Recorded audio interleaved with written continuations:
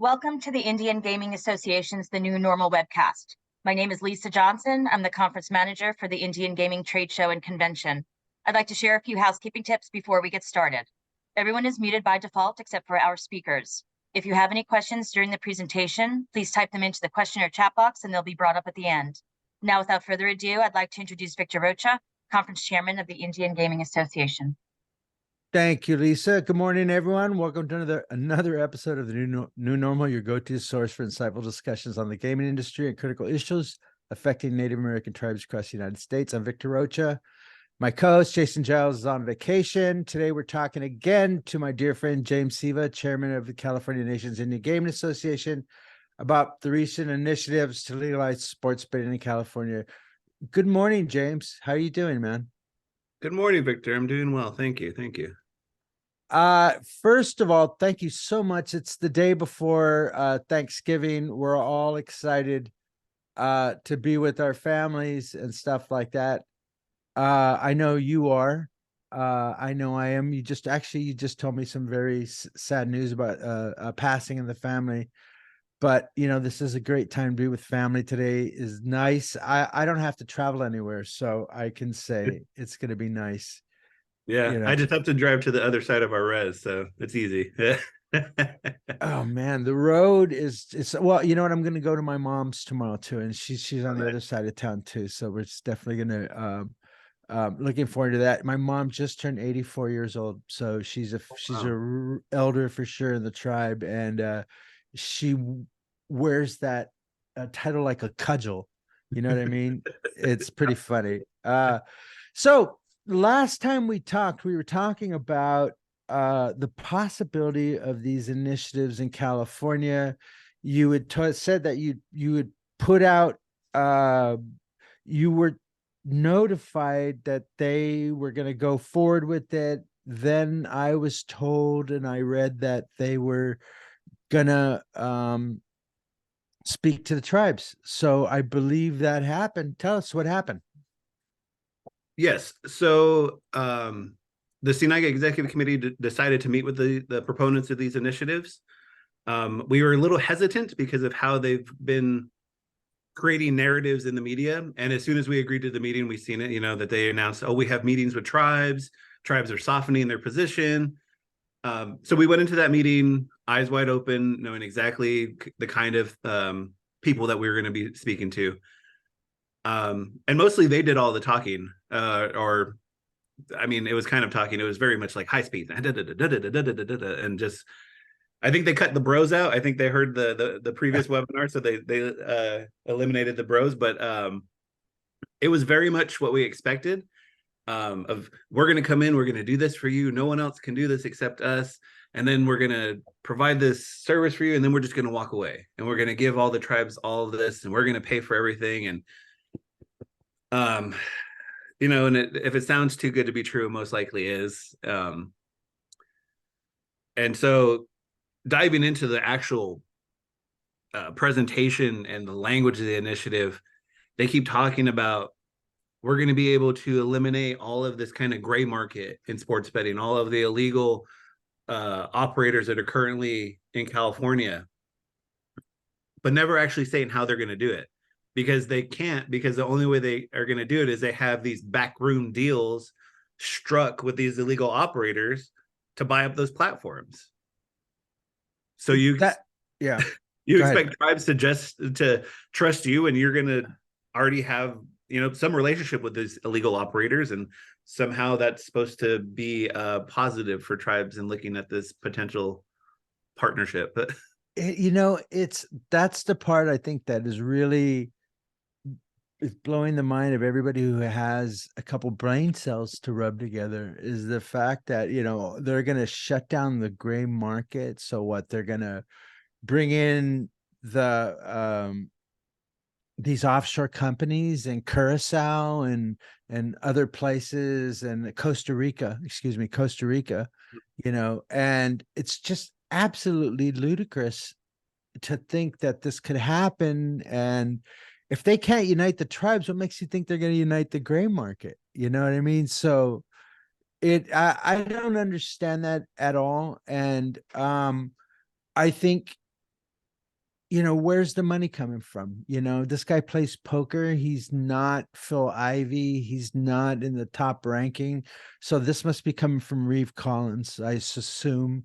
So this is then blockchain money. I believe that they're tied to NFTs. They're tied to stable coins and stuff like that. I get this. I understand with this, but the idea that these guys can come in and that they're going to unite the tribe and they're the great unifier and is just absolutely ludicrous, And then the other thing that kind of blows my mind is this moving goalpost. You know what I mean? In the very beginning, it's like, we're going to listen to the tribes and what they say. We're going to do it. And then they say, well, we're going to listen to half the tribes. And then they go, well, we're going to listen to 56 tribes. And does that mean 56, 55 say no? Or yet they don't get to that amount? They're still going to go forward. So it's all seems to me very dismissive of what the tribes want in the first place. And they're going to go forward anyhow. And so let's do some hypotheticals here. So what needs to be done? What needs to be done to go forward? They need to get signature gathers first, right? Yeah. I mean, when we met with them, they did say that they are willing to take amendments from tribes. But in my mind, I was like, why would we even entertain sending them amendments and give them some of our credibility? Why would we risk our credibility by even associating with these individuals? Like you said, they're already moving the goalposts. When we met with them, they said, we're not going to move forward unless we have 100 plus tribes in support. And then it quickly changed to the majority of tribes in support. And now, as you mentioned, now they're down to 52 tribes, 56 tribes in support. I mean, is it just going to continue to move? Or are they going to end up to a place where we'll move forward as long as we have at least one tribe in support of this? Like it's completely 3 Eagle Scouts, and you know what I mean? That's what they're gonna go down to. They're gonna, and it's just, well, the insane part here is this, it's not hard to get things on the ballot if you have enough money. You know what I mean? And it's gonna cost a lot of money. They're running up against the time, which tells me, I have to be honest with you. I don't think they're serious. They might have money, but I don't see them as serious candidates. And I don't think anybody else is taking them as serious. They're going to try to buy their way into being authentic. They're going to buy their way into being serious people. Well, eventually they're going to run into the tribes in California and Indian country. And what I mean by that is, and I've said this before here, is like when tribal gaming works well, and using my tribe for an example, because I believe at Pechanga, we do a good job in creating wealth in our community and creating, opportunities and jobs and living wages. And when it's working right, you can't tell them where the reservation ends and the community begins. And so then they're going to have to get into that. These guys are not the type of political players that are very sympathetic. And so once this thing starts rolling, if it gets rolling, these guys are easy caricatures. That's why all the modern movies recently, all the villains have been tech bros. You know what I mean? That's why it's so easy to paint these guys with the paintbrush. And California hates these guys. They despise them. So when they get to the ballot, if they even get to it, once people wake up and they understand what they have on their hand, they will be crushed. It will be even more humiliating than what happened to FanDuel and DraftKings, even beyond that. But I don't think it'll get that far because I don't think they're serious.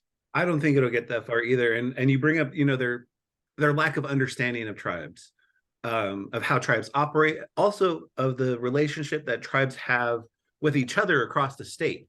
When we met with them on the executive committee, and I don't think he'll mind me mentioning this, Chairman Potter from Reading was, because they were name dropping that they've met with people at Morongo and Pechanga. I don't know if they realize that, like, in addition to representing CNIGA, I also represent Morongo. And then we had Michael Vasquez, who's a tribal council member for Pechanga, also on the executive committee, name dropping as if they've actually had meetings with us.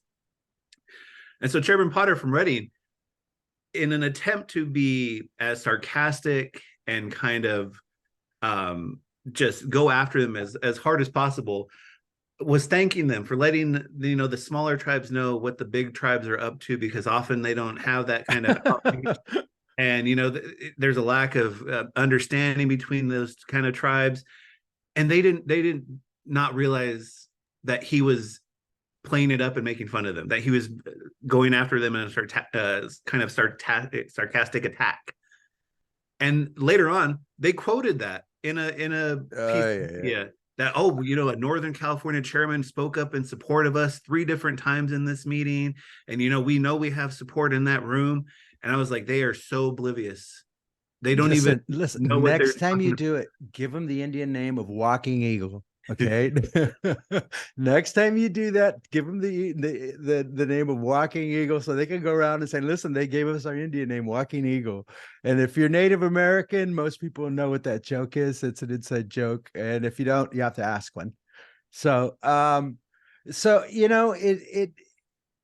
it's going to have the same result. Now, the big question is that, well, for me in my mind is like, are they preparing for 2026? And the big deal here, in which they don't, and which I believe is where their ignorance, blind spot, hubris, is the fact that, mobile gaming is such a big deal that they're willing to throw their reputation into the toilet in this Sierra Nevada delusional quest for the gold in the California hills, and I think they have gold fever. And I think that's what we're looking at, is that they disregard the tribes take. And by the way, CNIGA is not just a trade group, and that's what's so crazy about this, to dismiss. And by the way, what was the vote when you guys voted on it? It was a unanimous vote. So we did have a handful of tribes that abstained, because like some tribes, they haven't heard about this. They haven't heard from these guys at all, despite their fact that they're doing outreach.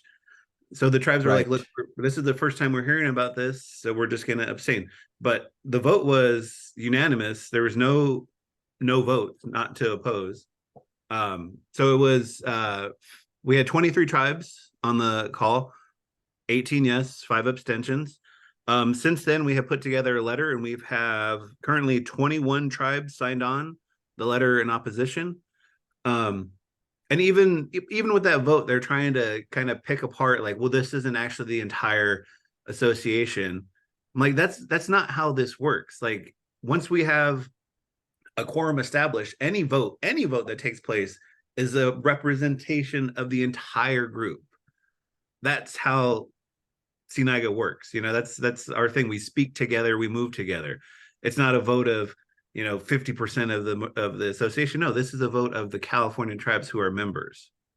Yeah, my tribe's the same way. My tribe go, we stand united except for Victor. You know what I mean? They that doesn't happen. You know what I mean? They're just like, and that's the same thing. But to be dismissive of you and to try to finesse and some type of support out of it, it just shows you about this California gold fever that they have. You know what I mean? And it's so funny. Like I said, I used the example of the movie Sierra Madre, which is probably a very old reference, but I think it's a very apt reference of the delusional thinking of these people. They have gold fever. They don't care what the tribes think.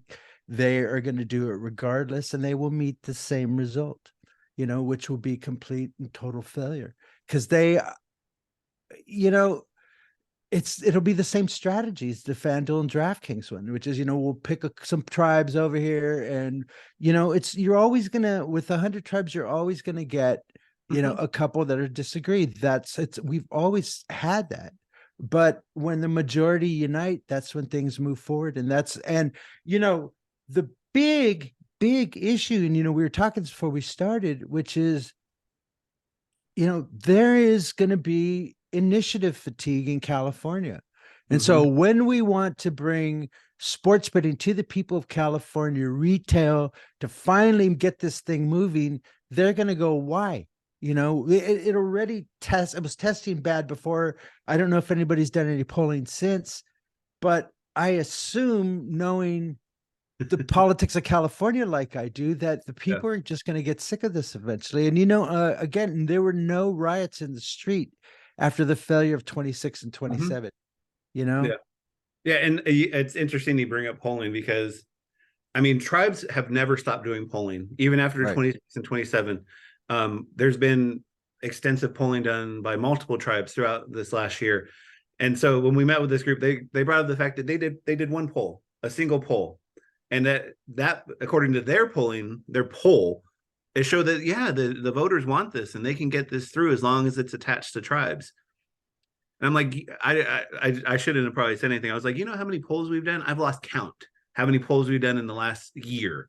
Not even going back to, 2022 with Prop 26, 27, but since last November,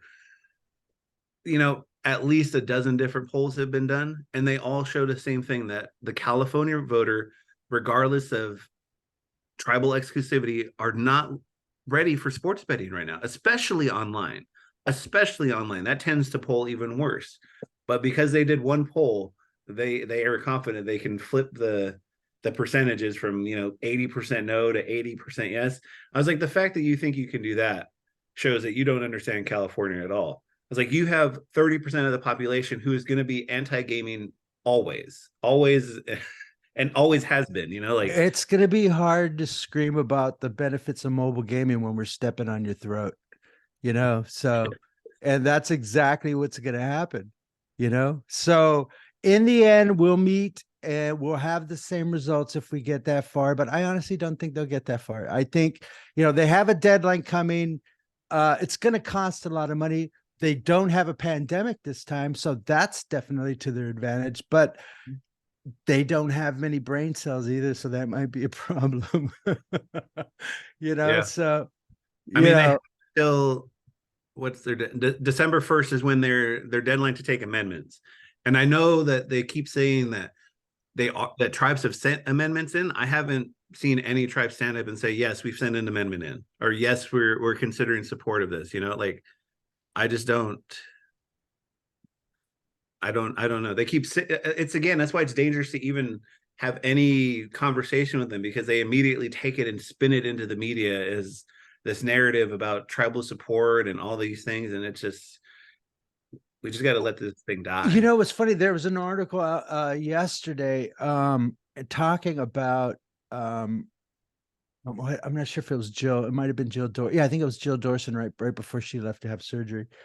And they were talking about Casey Thompson was talking about that very issue, and he's just not a serious person. You know what I mean? The way he was talking about how they fumbled the opening and stuff like that. And it's beyond a fumble. It's an insult to the intelligence of anybody who lives in California. It's an insult to the tribes who have spent 30 plus years of being great neighbors in their communities. And we have all grown up around this industry, and it's really given us opportunities we would have never had before. And the tribes will not jeopardize their future for a couple guys who have this brilliant idea, which include leading us to the promised land, which is just insulting on every single level, So I think, we are serious about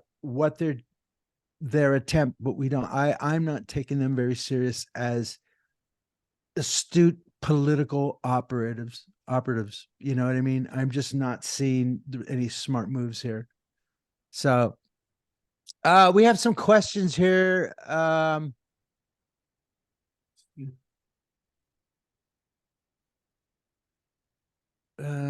Chris Smith is so what? So if I'm correct, you guys do not support this. Nope.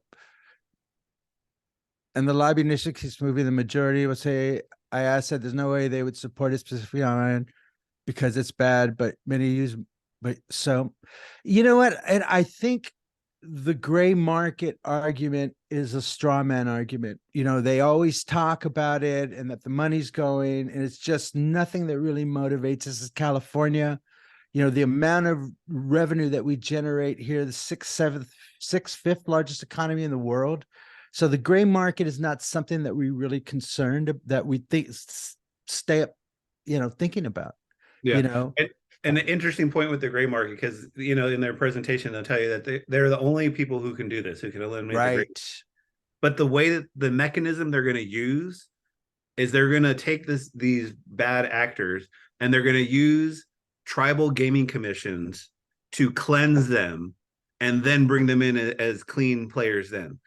So they're saying that they can only do this, but they need tribal gaming regulatory bodies to be able to take them from the illegal market, wash them, give them credibility, and then allow them to operate in the open market. That's the Poker Stars, New Jersey. That's what's happening in Ontario right now. When I was in Europe last year talking to a bunch of affiliates, everyone I talked to, man and woman, when I asked them if they're coming to the North American market, said, no, we can't do that, but we are going to go to Ontario. And so Ontario now, I think that's the immigration problem that Biden was talking about, was all the online sports bettors from Ontario. So, you see it in the industry, and this feels like an industry driven initiative that has nothing to do with anything other than these people are delirious about online gaming. They don't read the polls. They don't understand California. They're just delusional, like you, Dane, who just don't really understand or are not listening to what we're saying. And they refuse to listen. So like if half of you do it, so listen, that's the way it works. That's the way it works in California. You may not like it, but when CNIGA and the leadership in those tribes say no, it's no. You know what I mean? So I love when online gaming guys and gray market guys all of a sudden wrap themselves in the flag and start talking about how it's unpatriotic and un-American because people don't have their God-given right to lose their money in mobile gaming.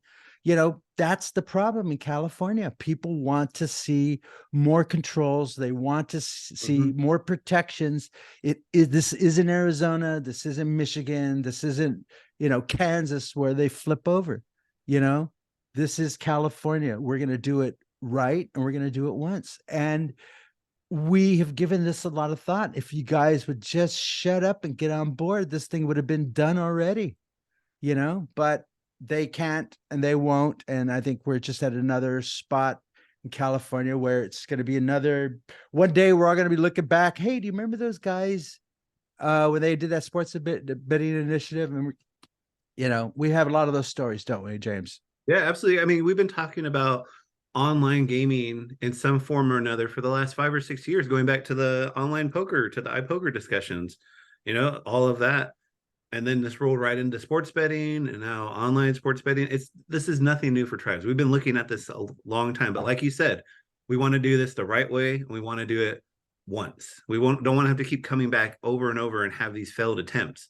It's just going to be detrimental to both tribes and California overall. Like the voter is going to eventually just be done with this, Yeah, well, listen, and hypothetically, to get this done, to get this over the finish line, you would need to have all CNIGA.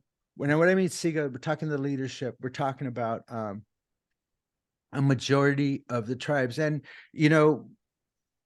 there's some real politicking going on to bring everybody together. And then you got to bring all the California politicos, the legislators, the assemblies, all our local politicians. They have to be facing. Then you have to get the Republicans and the Democrats. And if you look at what the tribes put together to oppose FanDuel and DraftKings, imagine doing that, flipping them and saying, yes, now it's okay to get it done. And that was pretty spectacular. What the amount of support the tribes put together was pretty good. It was actually pretty impressive. Yeah. And that's what everybody saw. So you're going to have to get all those people to change their opinions and go, you know what, we agree with the tribes, and we need to go forward with mobile sports betting after we just told you. And it's just not going to happen. And then you have to get the governor, and then you're going to have to get our senators. And that is the type of support that you need to move forward. And, if you have any one of those 8-legged stool, any one of those people opposing it, you Yeah. know, it's going to be really difficult. So it has to be completely and totally united, and that's going to take a lot, you know, and you're not going to see the Morongos and the Pachangas and, you know, the other tribes supporting something like that, because they, again, they know that this is a great opportunity, but it has to be done in a certain way to get done. And these guys aren't the one to lead us to the promised land. Well, and the one element you would need to get that kind of Herculean effort done is time.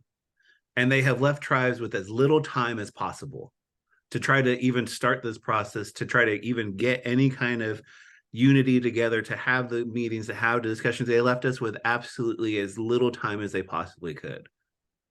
Yeah. You know what? So someone said a good question. It's one of them that I have here is, have you heard anything about these amendments? Do we know what these amendments, have we any idea? I have no idea. I've seen in a few articles that they mentioned tribes, some tribes have sent in amendments, but no specific tribe is mentioned and no specific amendment is mentioned. That's the thing that I absolutely love about this entire story all along. It's always been, we've been talking to tribes. They don't say, when they do say tribes, it's your tribe and my tribe, which we know they're not talking to on any level. You know what I mean? I heard they were saying they were talking to C-level executives. That's not the kind of thing that they take. And you know, maybe I'll tell them on Monday. You know what I mean? That's the kind of thing you call like immediately, and hey, Yeah. you know, Chip and Kip just called me, and you know, and so we know that's a falsehood just coming in the door. So the fact that there's just so many bold-faced lies to our face just gives you no faith in these guys whatsoever, you know. But then again, I've never taken them serious, you know, because like you said, the amount of time, a serious attempt would be hat in hand with humility. And I'm listening. And if you, and the story, as I understand it, was they were first floating this idea with Paula, and Paula backed out of it. And that's what we were hearing about at G2E. And if Paula was still in front of it, it would still be a very heavy lift. Yes. But for them to go, you know, we're going to go forward without Paula. And we've been talking to tribes. Which tribes? You know, tribes, you know, the Hekawi tribe, maybe from F Troop. Have you talked to those guys? You know, so I think that's an important point, because they mentioned that you know, they had been working with Paula, they had been working with Chairman Smith, and in fact, Chairman Smith was going to be the one to file the initiatives originally, but then Paula leadership decided this wasn't the right time, this wasn't the right group, so they pulled out. And by them choosing to move forward without a tribe directly connected to that, I was like, you guys are dead in the water to begin with. Now, if you had that connection to Paula still, like you mentioned, it would still be incredibly difficult to get done.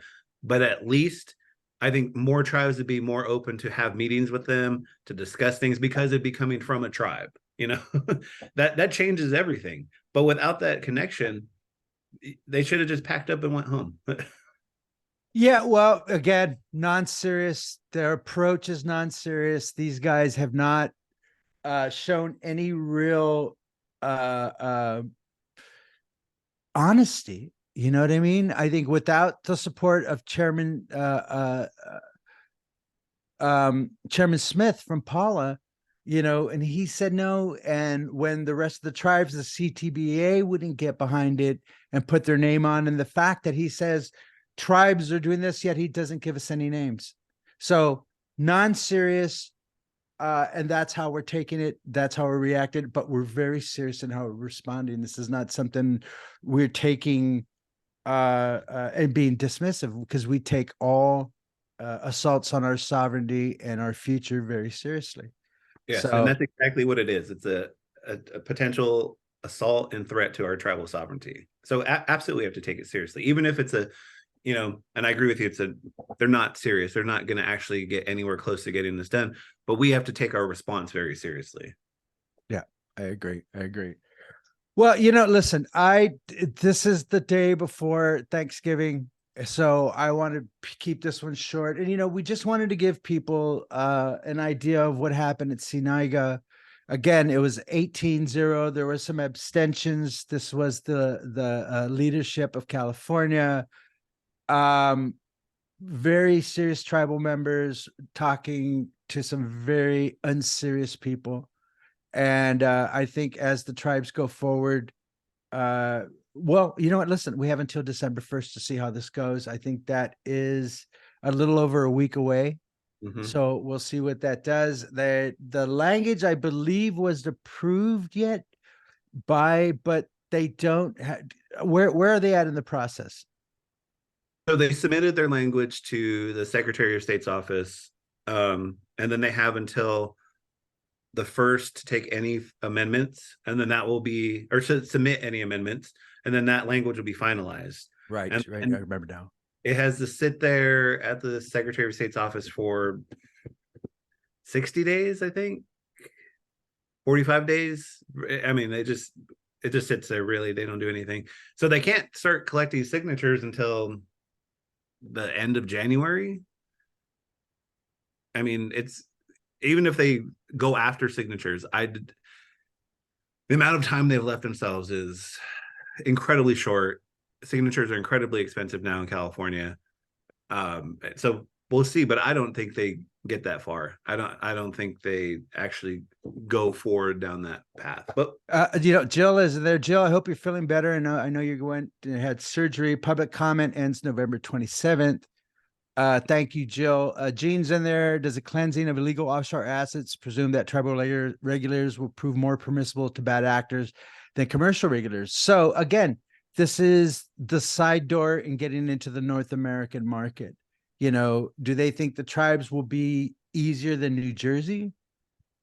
I think that's kind of, that could be a strategy, but where is this money coming from? Yesterday the head of Binance was fined several $billion for taking for money laundering. And that's a big issue with these crypto guys. So, not saying that this is the case, but we have some questions. We definitely have some questions. And the big question is, can these guys even get licensed in California? So there's a lot still here. We have a short amount of time with some people who are not very serious. I think that seems to be what we're dealing with here, but it does give us something to talk about during the holidays, doesn't it? It gives something. Jill, I hope your hand feels better. Gene and Billy Jones, I don't know who this clown is in the comments section, but very, very funny. He must be from the other side. So from the dark side.